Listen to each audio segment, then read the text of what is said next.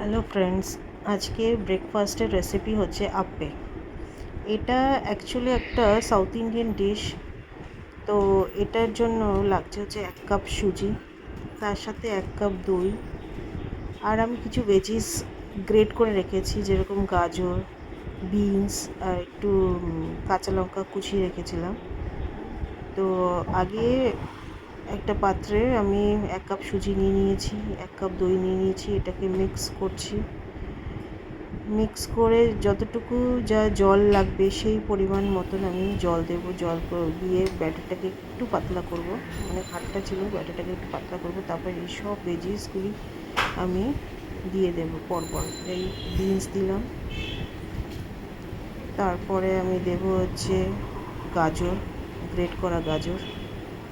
আমি একটা গাজর দিইনি, আমি হাফ গাজর দিয়েছি। আর কুচনো কাঁচা লঙ্কা, 4টে কুচনো কাঁচা লঙ্কা দিয়ে দিলাম। দিয়ে এবার এটাকে আমি ভালো করে মিক্স করব, পুরো যেন একদম ম্যারিনেশনের মতন হয়ে যায়। ওইভাবে আমি পুরোটা জিনিসটাকে ভালো করে মিক্স করে নেব। এবার মিক্স করার পরে এটাকে আমি ঢেকে রেখে দেবো আধ ঘন্টার জন্য। এবার আমি একটা পাত্রে তেল গরম করছি, যে ব্যাটারটা আমি বানিয়েছি ওটাতে ফোড়ন দেব। তেল নিয়ে নিলাম। তেল নেওয়ার পরে তেলটা একটু গরম হোক, তার মধ্যে আমি সর্ষে, একটু জিরা আর কিছুটা কারি পাতা দিয়ে এই ব্যাটারটার মধ্যে আমি এখন ঢেলে দেব। এই ফোড়নটাকে আমি ঢেলে দেবো। তারপরে পরিমাণ মতো নুন দেব। নুন দেওয়ার পরে এবার দেব হচ্ছে 1 চামচ বেকিং সোডা। বেকিং সোডাটা হচ্ছে ইম্পর্টেন্ট, কারণ বেকিং সোডাটা দিলে জিনিসটা ফুলবে। আর এই জিনিসটা যদি না ফোলে খেতে এতটা ভালো লাগবে না। আর যদি আমি বেকিং সোডা পরিমাণ মতন দিতে পারি তাহলে জিনিসটা ফুলবে, খেতেও ভালো লাগবে, সফট হয়। এবার আমি আপ্পের প্যান নিয়ে নিয়েছি, আপ্পের তাওয়া নিয়ে নিয়েছি। ওটার মধ্যে কিছুটা তেল দিয়ে দিয়েছি, প্রত্যেকটা বাটিতে তেল দিয়ে দিয়েছি। এবার আমি ব্যাটারটা দেব, একটা পরিমাণ মতন মাপে আমি ব্যাটারটা ঢালবো।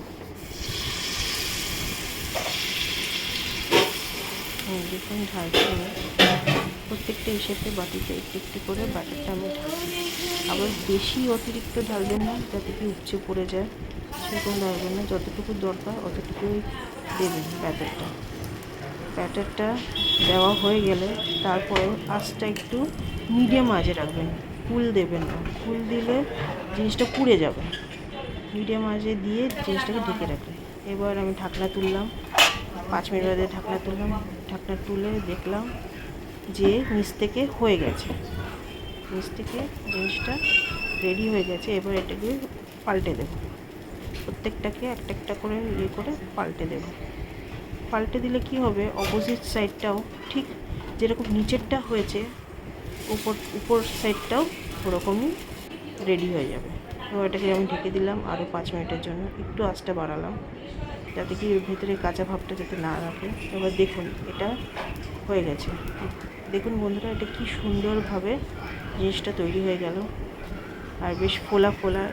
এটা অ্যাকচুয়ালি আমি বলি এই জিনিসটাকে আপ্পে, তো এটার নাম, কিন্তু আমি বলি এটাকে মিনি ইডলি, মানে ছোট ছোট ইডলি।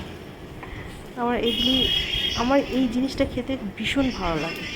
তো ফ্রেন্ডস, আপনারাও এটা বাড়িতে ট্রাই করবেন, বানাবেন।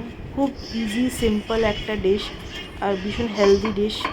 এটা বানাতে কোনো কঠিন লাগে না। শুধু যদি আপনাদের বাড়িতে আপ্পের প্যান যদি থাকে তাহলে তার কোনো চিন্তাই নেই। এই দেখুন জিনিসটা পুরোপুরি রেডি হয়ে গেছে। তার সাথে আমি টমেটো বাদামের চাটনি বানিয়েছি, এটার রেসিপি আমি দিচ্ছি।